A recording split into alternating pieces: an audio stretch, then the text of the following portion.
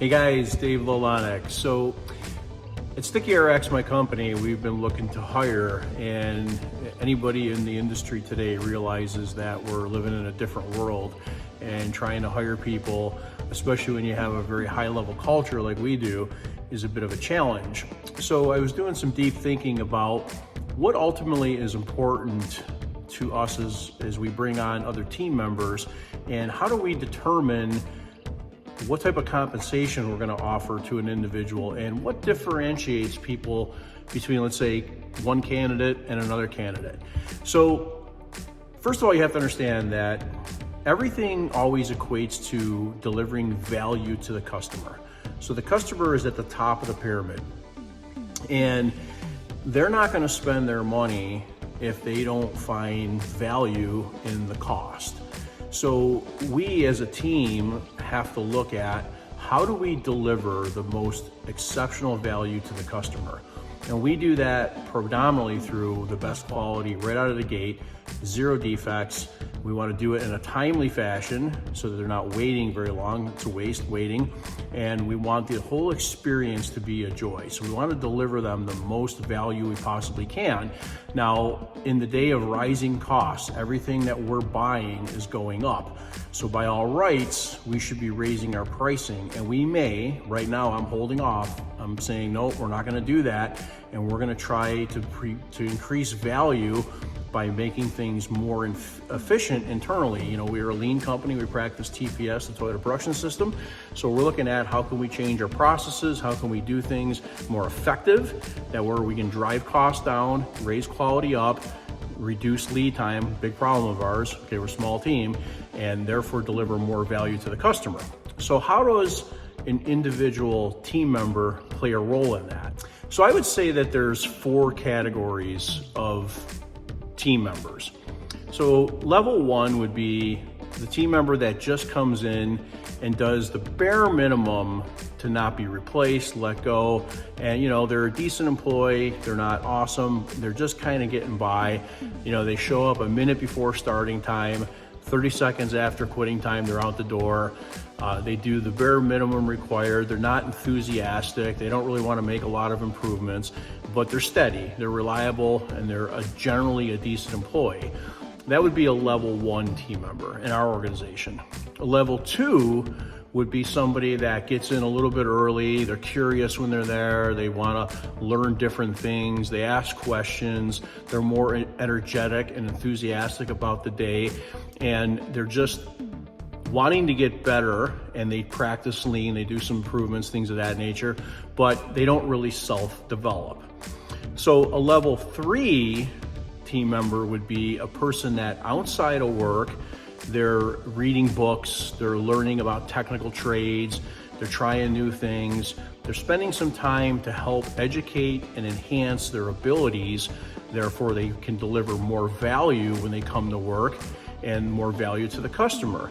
Now the level 3 might self-develop, but they're really not interested in a lead role, and they're not really interested in developing and teaching and training others, but they are interested in self-developing on their own for their own personal benefit.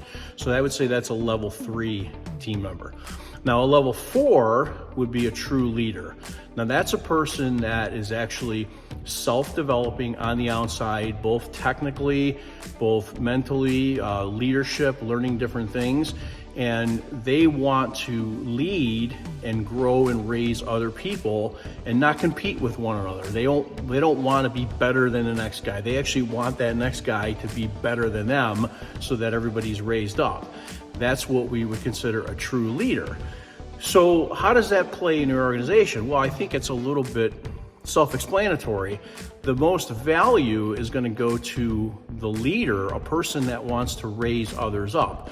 Because if, let's say you're a level 3 and you're honing in on your technical skills, well, you're going to be very valuable. But at some point, you're going to reach a plateau of what you can make per hour because you've just maximized your technical ability. Now, of course, if you add things a little bit, you're going to make marginal gains, but you're not going to make a real big jump because you've just hit this plateau. You can only work so hard per hour. You can only know so much, and that's a challenging thing. So when you take your knowledge and you share it with others, and you can take 5, 6, 10, who knows how many people around you, and you can raise them up and you can grow them and share your knowledge, that's a true leader, and that's very valuable, because now you're helping build this really, really strong team that can deliver excellent value to the customer. Okay, so I would further add that we're looking for new people. How are you going to judge, Joe versus Bob when you're looking at an application? So let's just say for conversation that they have the same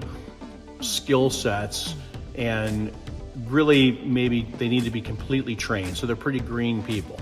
So the first thing that we look for is a person's ability to be humble and curious. And at Sticky RX, our culture is number one. So, you can look at it a couple ways. You could say, okay, you got a guy that's got high technical skill, right? But a guy that has high technical skill and is competitive and doesn't want to assimilate to the culture, wants to be argumentative, thinks he knows it all, doesn't ever want to improve. Or you have a guy that's got a lot lower technical skill, but is humble, is curious, wants to learn, doesn't think he knows it all, loves the culture, supports continuous improvement, comes in every day with a positive attitude to work with others as a team. What do you guys think is going to be a more important candidate? Okay, who in that equation is going to deliver more value? Well, a lot of businesses might think it's the technical guy, the guy that's going to come in, they're going to be able to get the work done, right?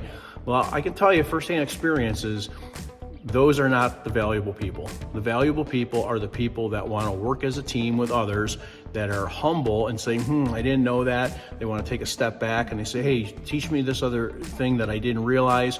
And they want to constantly improve, constantly learn, versus the know-it-alls and the people that want to compete with one another and not get along and, try to raise themselves up by putting somebody else down. That's not what we want. So I would say in our company, the number one thing we're going to look for is your ability to assimilate to our culture. The second thing is we are going to look at technical skills and your desire to learn new skills. So your curiosity, your humbleness. Are you doing things outside of work to better situations? Are you coming into work and saying, hey, I'd like to learn this, I'd like to learn that? Are you staying after work, maybe on your own time, to learn some of these things and therefore self-develop, okay? And those are the traits that are going to give more value to the company, hence more value to the customer, and then therefore you're going to make a higher compensation. It's kind of basic stuff, but I think in today's age, people don't always see these things crystal clear. They don't see the forest through the trees. So I would say in summary, if you want to grow as a person and you want to ultimately deliver more to the customer and you want to deliver higher value to the customer, therefore you want higher compensation, it all starts with you. You have to have an attitude of humility, curiosity. You have to come in with a great attitude. You want to be excited about work. You want to be inquisitive. You want to say, hey, I don't know how to do that. Teach me how to do that. You want to work to learn some of these skill sets outside of work and show that you're putting in the effort to learn on your own, whether it's through YouTube videos, reading books, doing anything to self-develop, take a course at night. There's a lot of different things you can do, but often I believe the onus lies in the individual to show that they want to develop and they want to make themselves more valuable, not for that particular company, for any company. It's just increasing their personal value, and any employer with a brain is going to recognize that, and those are the people who are going to be raised up, given more responsibility, therefore they're going to have higher compensation. So hopefully that helps. Thanks for watching, guys.